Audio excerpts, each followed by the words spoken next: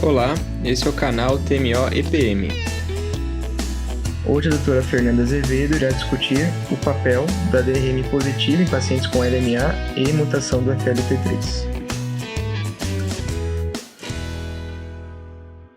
Então, bom dia, eu vou começar apresentando o artigo de hoje. Meu nome é Fernanda, eu sou fellow de Oncohemato TMO aqui do Hospital 9 de Julho.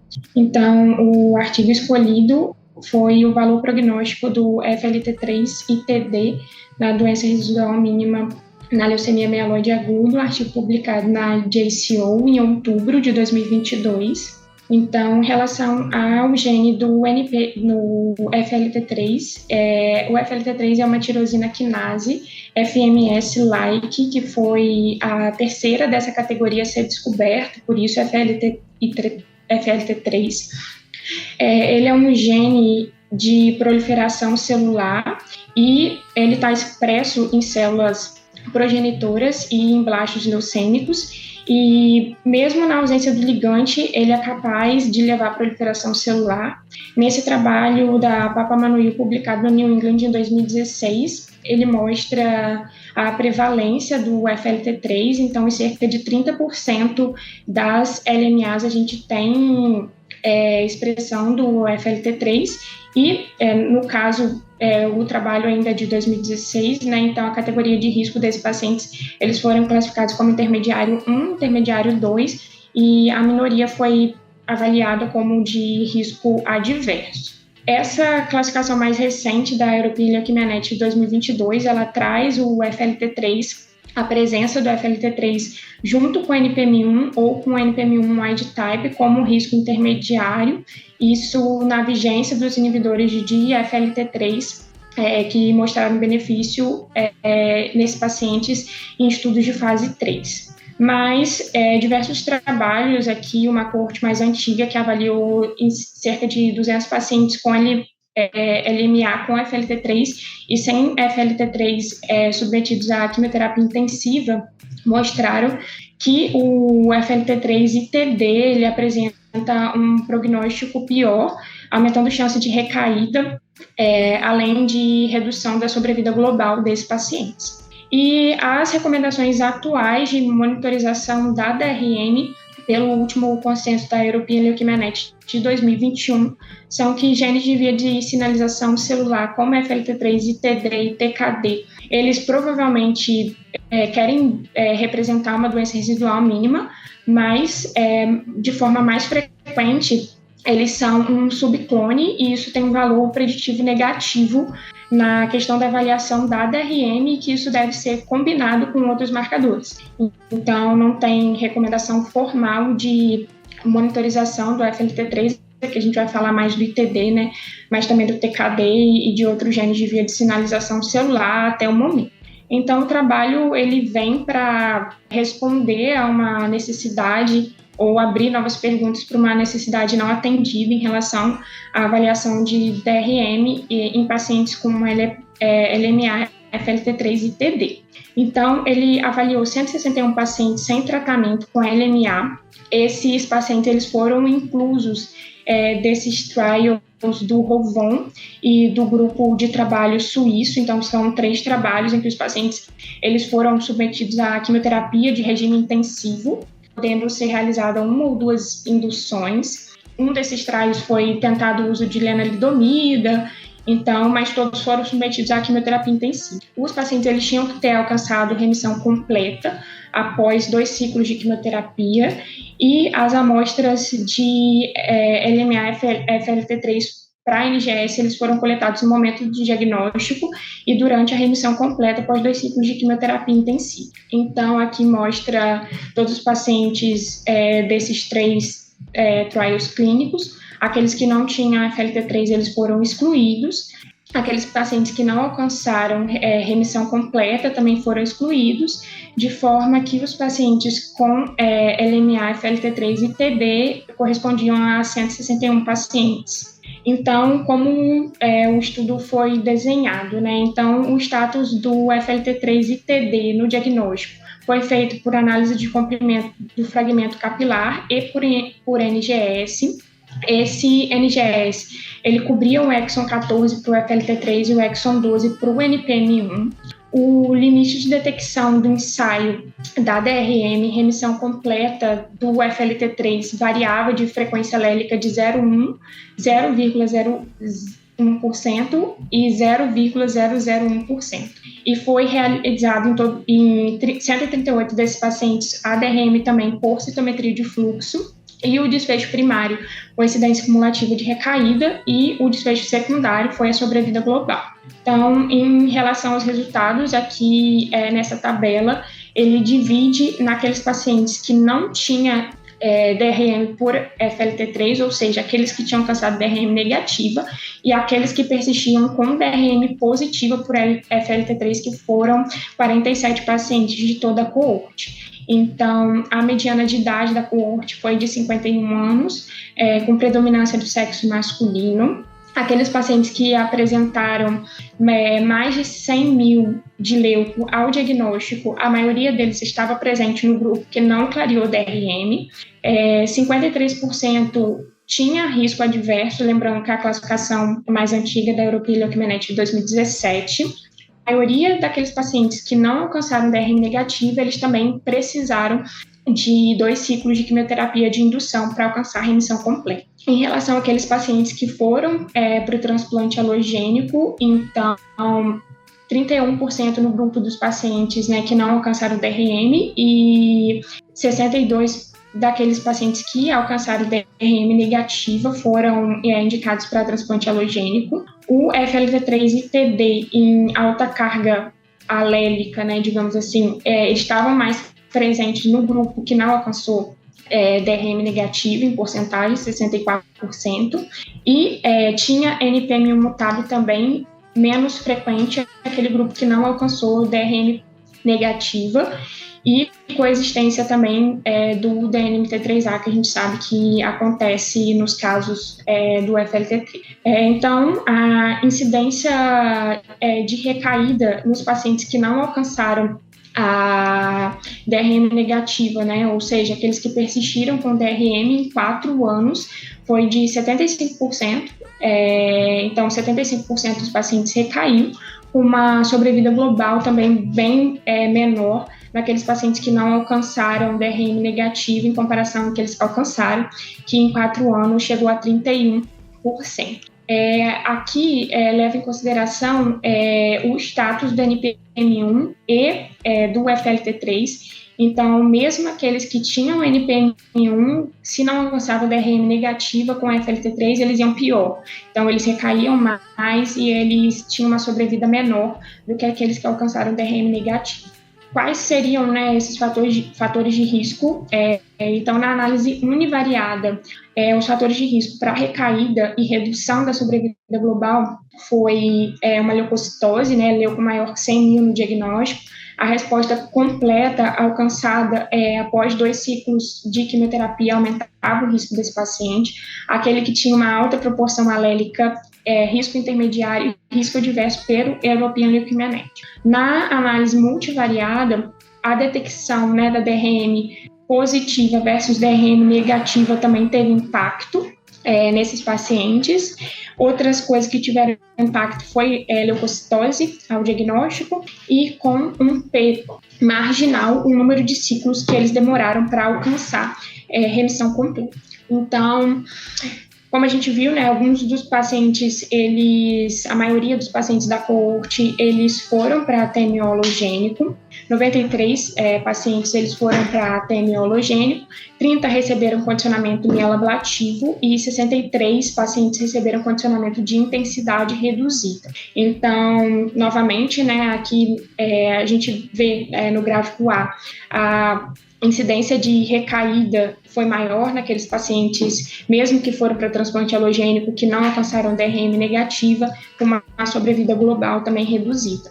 E quando a gente leva em consideração o regime de condicionamento que esses pacientes foram submetidos, aqueles pacientes que foram submetidos a regime de condicionamento de intensidade reduzida, eles tinham uma maior chance de recaída, né, maior incidência de recaída, e aqueles pacientes que foram para condicionamento mieloablativo, mas que persistiam com FLT3 positivo, eles foram pior também do que os que alcançaram DRM negativa, que foram submetidos a regime de intensidade reduzida. Em relação à mortalidade não relacionada à recaída, não teve diferença aí entre os grupos, e a sobrevida global foi inferior, né, naqueles pacientes que tinham DRM positiva e foram submetidos a RIC, mas também a gente vê que o MAC ele não foi tão bem. Então, aqueles que persistiam com a FLT3 que foram submetidos a condicionamento mieloablativo, eles também tiveram uma OS inferior. E quando a gente leva em consideração o status do NPM1, então a gente sabe que o NPM1 ele traz um fator de proteção para o FLT3, mas aqui a gente vê que os pacientes com NPM1 que persistiam com o FLT3 positivo e negativavam o NPM1, que é a recomendação que a gente tem para fazer o NPM1, eles não iam tão bem quanto aqueles pacientes que negativavam NPM1 e negativavam FLT3. Aqui também a gente vê a mesma coisa na análise de sobrevida global. Então, aqueles pacientes que tinham negativação do NPM1 por NGS, mas que persistiam com FLT3 positiva, eles não foram tão bem, né, quanto os pacientes que negativaram as duas DRMs ou que negativou o FLT3. Em relação à DRM por citometria de fluxo, né, ainda atualmente é uma recomendação de se fazer. A gente sabe que os pacientes que negativam citometria de fluxo antes do transplante, eles vão melhor, tem uma incidência menor de recaída, mas mesmo aqueles pacientes que eles negativavam a imunofenotipagem, mas persistiam com FLT3 positivo, eles tiveram uma incidência maior de recaída e eles tiveram uma sobrevida global reduzida em relação àqueles pacientes que tinham DRM negativa, tanto por FLT3 quanto por citometria de fluxo. Então, em relação à discussão, né, nesse artigo, né, a DRM por FLT3, ele se mostrou fator prognóstico independente para risco tanto de recaída quanto de mortalidade. A gente tem a limitação pelo FLT3, ele ser um evento tardio no desenvolvimento de LMA, da leucemiogênese, quanto por ele ser um evento instável, que pode aparecer posteriormente na recaída, né? Não necessariamente ele vai estar presente desde o início do diagnóstico, então isso dificulta também um pouco a avaliação disso por DRM, e a gente vê por esse artigo que ele supera o impacto de outros fatores prognósticos. Então, aqueles pacientes que alcançaram DRM negativo por NPM1, o NGS, quanto por imunofenotipagem, eles tiveram impacto se eles persistiam com FLT3 positivo. Então, esse artigo ele conseguiu mostrar a estabilidade do FLT3 e TD durante a recidiva. Apenas 1 ou 2 pacientes eles tiveram mudança no FLT3 e o FLT3 e TD, ele, mesmo residual, durante a remissão completa, ele se mostrou um indicador de recaída. Não foi possível identificar todos os casos, possivelmente porque aqueles casos com um número de cópias muito pequeno, ele não conseguiu ser pego por NGS, então não foi possível essa realização.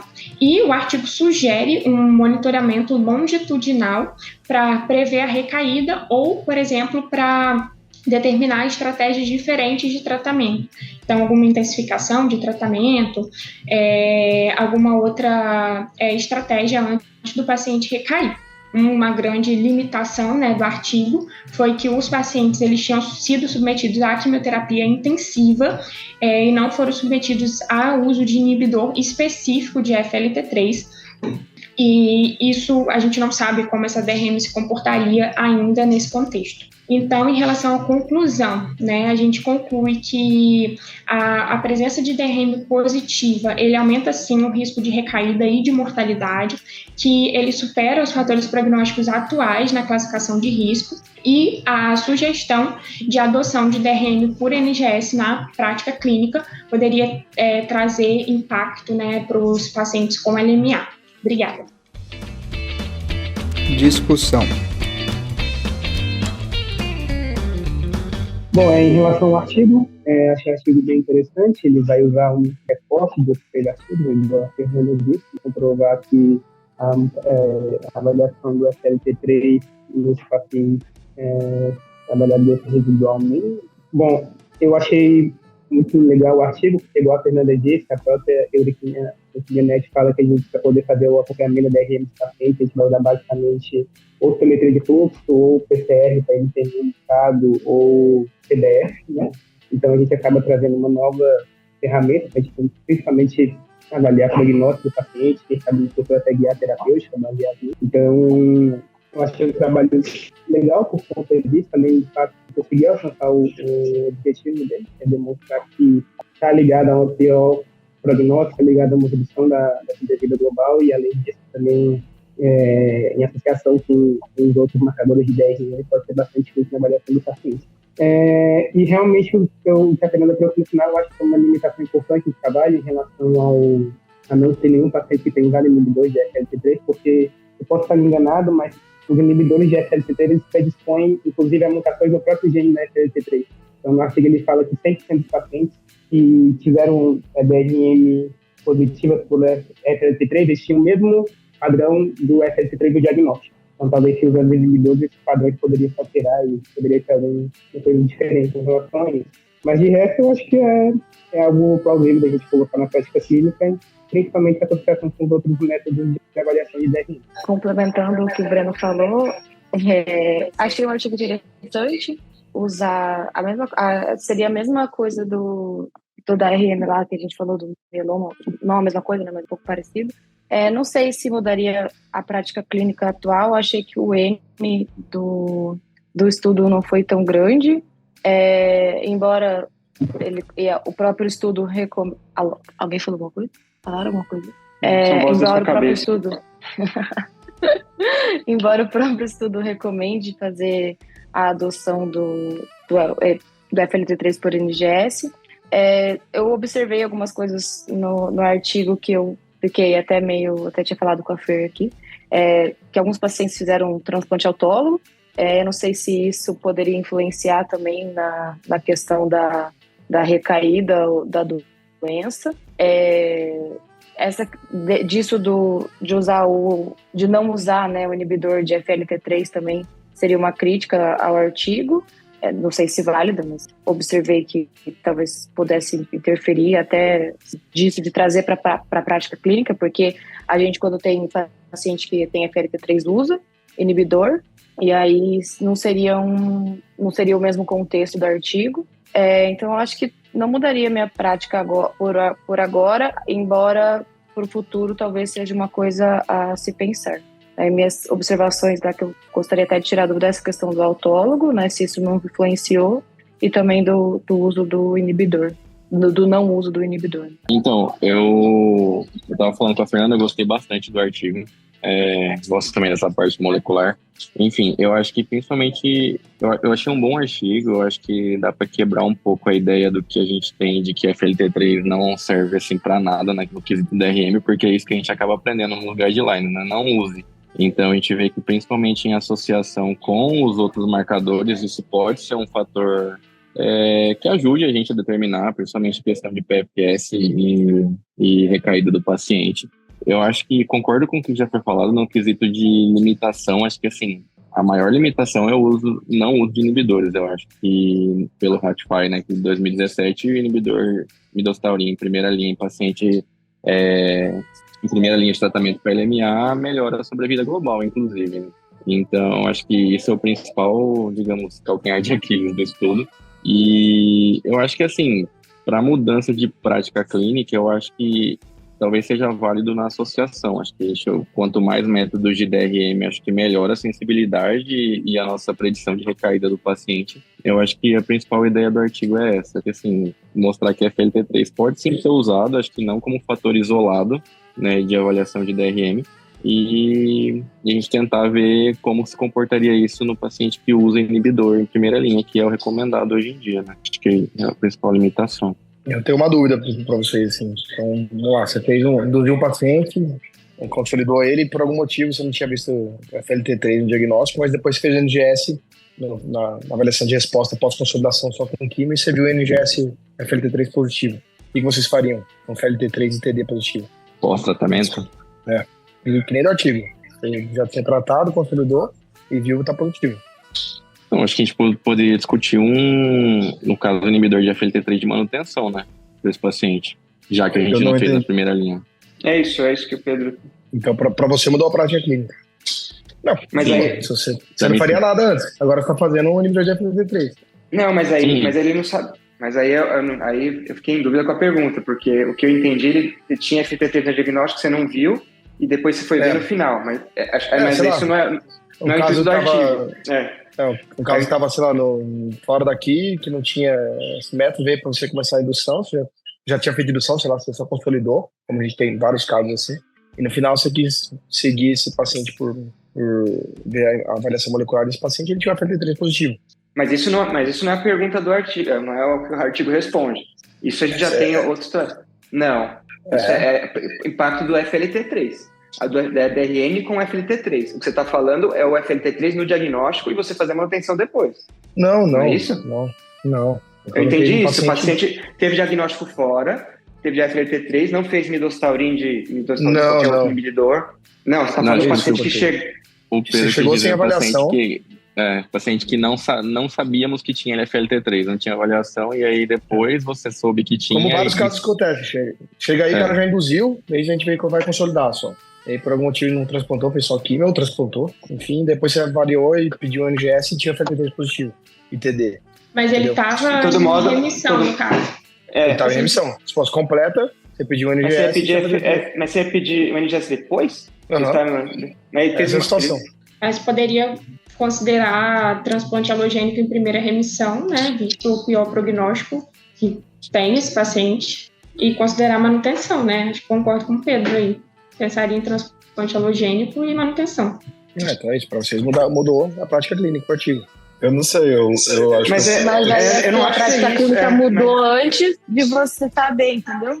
Pois é, eu acho que o artigo não... Eu concordo com o Vinho, não acho que o artigo vai para esse lado. O artigo não responde essa pergunta. Não tem esse ponto no artigo. Na verdade, o artigo nem fala de inibidor de FLT3. Eu acho que é um marcador importante e que a gente pode até considerar fazer isso, mas é uma discussão mais no campo da prática do que do artigo especificamente. A minha opinião, pelo menos. Eu acho que sim, a gente pode considerar, levando em conta com a informação que o artigo traz de que o FLT3 é um marcador válido, mas não sei se isso muda essa conduta especificamente. Acho que é muito mais um ponto de atenção para a gente acompanhar esse paciente mais próximo ou talvez até indicar outra conduta. Mas, reforço, não acho que essa é a pergunta do artigo. A pergunta do artigo Então vamos fazer a pergunta do artigo. Então vamos fazer a pergunta do artigo. Então, o paciente tinha um diagnóstico de FLT3 TD, no diagnóstico, não usou no inibidor, tratou e veio para você aqui terceira consolidação para segunda opinião. E você pediu um NGS para FLT3 e a FLT3 TD era positivo. Então, igualzinho do artigo. E aí? Nesse caso, eu acho que eu... Desculpa, sim. Nesse caso, eu seguiria com o transplante e faria acompanhamento, como a gente já faz aqui. Mudou sua prática clínica, porque ele já consolidou esse paciente. Ele já tinha feito 3 consolidações para C e está com FLT3 TD positivo. E agora você quer transplantar ele, que teoricamente você poderia não fazer nada nesse caso. Mas é porque a nossa conta aqui já é fazer o transplante nesse caso, né? Não, a gente faria transplante se a gente não tivesse consolidado esse paciente. Né? Então sim, acho que mudou minha conduta, sim. Eu acho que não existe ainda recomendação formal, né, de DRM por NGS, né, mas são ferramentas que cada vez mais vêm sendo utilizadas, principalmente em grandes centros que têm recurso, né. Então, eu acho que isso muda, sim, a prática clínica e vai continuar mudando, porque, por exemplo, mesmo que você monitore a DRM por NGS pós-transplante, por exemplo, você pode indicar DLI nesses pacientes que estão aumentando a frequência alélica. Então, eu acho que cada vez mais vai mudar a prática clínica ou a avaliação de DRM por NGS. Bom, então, acho que concordo com a maioria do que foi falado, né? Então, a metodologia, eles usaram o NGS, como a Fernanda falou, mas eles colocam logo embaixo uma validação in-house também, né? E aí eles colocam no suplemento como foi feita essa avaliação, então é algo bem específico, né, e importante de destacar, como a gente sempre fala, né? Uma coisa é a metodologia para o diagnóstico, porque ela é menos sensível, outra coisa é a metodologia para a DRM, que ela tem que ser mais sensível, e até a Fernanda falou que teve alguns pacientes que não tinham quantidade suficiente, né, para ter esse segmento. Então, sim, é um problema e sempre, né, quando a gente for reproduzir, né, não estou falando que se vai, né, mas quando em um momento for, acho que tem que sempre conversar com o laboratório que for fazer para ver se tem essa sensibilidade, né? E, enfim, né, por isso que faz ainda também, né, voltando o porquê, né, que teve a mudança da classificação da European Leukemia Net, né? Eles mudaram o critério de prognóstico adverso, enfim, por causa do uso de inibidores, né? Esse é um ponto, mas a questão do ratio, né? Da mutação da carga leve, da alto ratio, baixo ratio, né? Por causa da dificuldade de padronização também, né? Então, é difícil padronizar. Tá? O que eu acho, né, do estudo, então, ele avaliou a questão do FLT3 positivo, negativo, após a indução, né? Então, aí não teríamos como dizer isso após consolidação. O maior problema do artigo seria isso mesmo, né, que é como o Pedro começou a falar, e o último ponto do artigo, o último ponto da apresentação da Fernanda, a questão do inibidor de FLT3 durante a indução, né? Então, a gente fala muito, já foi falado do Ratify, não esquecer que a gente tem o Quantum First, né, do Crisatinib, que também é um trabalho positivo com com terapia intensiva, né, que é o caso do artigo. Você tem o Lace-Wing, que é negativo com terapia não intensiva quimioterapia. Mas isso é um problema, né? Acho que teria que ter feito os trials a partir de agora, eles têm que utilizar esse tipo de inibidor, o que é o standard of care. Depois, né, do FLT3 estando positivo, né, a gente ainda acaba mandando esse paciente para o transplante, né, FLT3 seria o risco intermediário aí, né, pelo menos. A gente manda ele para o transplante, aí é uma pergunta da Thaís, né, transplante autólogo ou halogênico, sim, é um problema, assim como a intensidade do condicionamento, são mais vieses, né, mas o estudo não é desenhado para isso, mas você está autorizado a fazer transplante autólogo no paciente com risco intermediário, Thaís, você pode fazer. A gente acaba não fazendo, a gente pode até discutir isso depois, tá? Teve ponto também, né, já que a gente citou, do Quantum First, foi apresentado no ASH, que também, né, o FLT3 foi um fator de pior prognóstico, o FLT3 com DRM, então vindo para corroborar também com esse dado. Teve um estudo também, né, do último ASH, que apresentou o paciente nesse sentido, né, NPM1 e tinha FLT3, se ele negativasse o NPM1 logo no início, o transplante não teve impacto, né? Então, eu acho que calma com isso daí também, né, que foi só apresentação, mas mostrando que o NPM1 teria um fator de DRM tão forte, suplementaria o fator de risco adverso do FLT3 e tornaria uma doença de menos risco. Esse aí eu quero ver dados com mais calma. Tá? Dos dados de manutenção, acho que eu ainda faria... Eu gosto do dado de indução, né? Apesar daqueles problemas, né? Tanto do Quantum quanto do Ratify, né? Mas acho que é bom para discutir. Eu acho que eu gosto, mas não me emociona. Mas o dado de manutenção, esse sim, esse é um dado que me muda mais, né? Acho que eu tenho, sempre falo do fase 3, já o chinês, enfim, vocês sabem dos outros também, mas o fase 3 chinês mostrou ganho de sobrevida global, né? E também depende da manutenção, como a gente falou, né? E qual que é o inibidor que a gente tem T3, mais uma vez, a gente tem dado sorafenib, né? Mais poder estatístico, midostaurin um pouco menos, né? E lembrar do morfo, que alguém já apresentou ou já falou, que é do gilteritinib, que foi apresentado no último IRA, que também foi negativo, né, o desfecho primário. De toda forma, né, como que eu acho que muda a prática clínica, né, eu acho que, apesar de não estar nas indicações do European Leukemia Net, né, se a gente tiver a condição de fazer FLT3 com sensibilidade suficiente, eu faria para o meu paciente para a gente poder ter mais um marcador de doença residual, né? Mas com essas condições seria o meu ponto que eu mudaria. Aí vindo a doença residual positiva, aí sim, né? Intensificar condicionamento, vocês já mostraram que não é tão bom assim, que é positivo. Mais um fator para eu fazer, sim, a manutenção pós-transplante? Acho que sim. Então seria nesses pontos com essas condições específicas. Eu concordo. Tem uma coisa que o artigo colocou também, que ele só conseguiu avaliar a FLT3-TD no exon 14, né? Eu estava até procurando, eu não sei qual a incidência de FLT3 e TD no exon 15, não achei aqui, vou dar uma olhada rápida aqui Mas, teoricamente, você perdeu uma parcela de pacientes ali, né? Que você não conseguiu avaliar, né? Ele excluiu mesmo do exon 15, né? Porque ele fala que ele quis fazer de forma que tornasse ainda mais sensível, né? Então, que ele não conseguisse sequenciar ao longo do gene seria excluído, né? Aqui, deixa eu ver para você.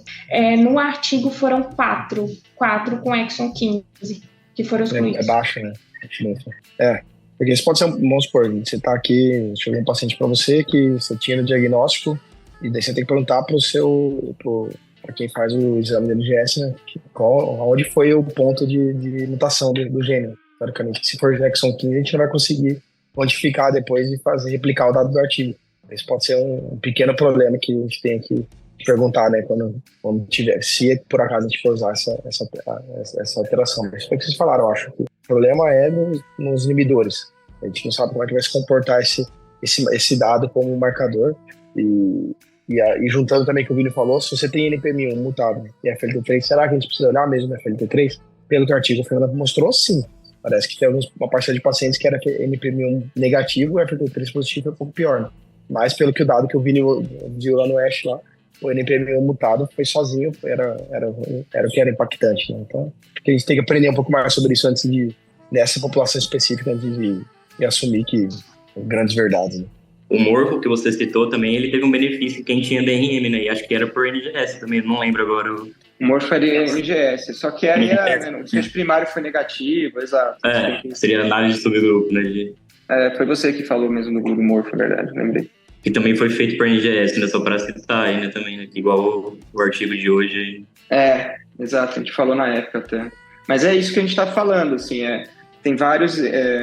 a gente que é mais da clínica, né? Acho que pode até, se eu começar a entrar em meandros de NGS, eu vou começar a falar besteira, né? Mas teria que falar com alguém que faz o exame, né? Que tenha mais expertise para revalidar o método, né? Então, eu acho que tem que tomar cuidado, né? Ver se é o mesmo método e tal, sem perder na metodologia, tanto que nem na metodologia do estudo, né? Aquilo não foi uma apresentação oral, mas no artigo agora ele coloca o dado suplementar, né? Então, como a gente já está falando, toma cuidado com a metodologia, que não é, vou fazendo a torta direita aí, que não é bem isso. Isso para tudo, né? Desde, a gente fala de biologia molecular, mas até citometria, né?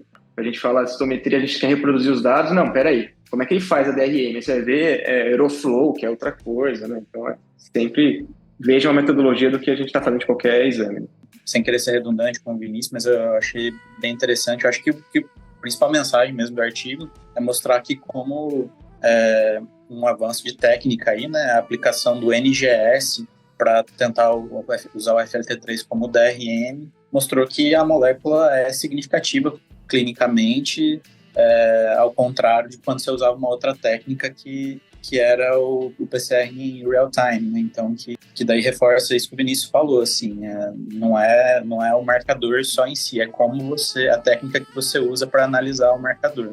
E eu acho que um dado que é provocativo, que eu acho que não foi não foi o endpoint primário do estudo, mas principal variável analisado do estudo, mas esses dados que ele mostra da possível vantagem de usar transplante mielabilativo para o paciente com FLT3 positivo. Mas, de novo, eu acho difícil transpor isso para a prática num contexto sem usar a midostaurina, sem usar o inibidor de FLT3 na indução. Será que isso se replica se a gente tivesse usado? Então, eu acho que isso é difícil aplicar esse dado.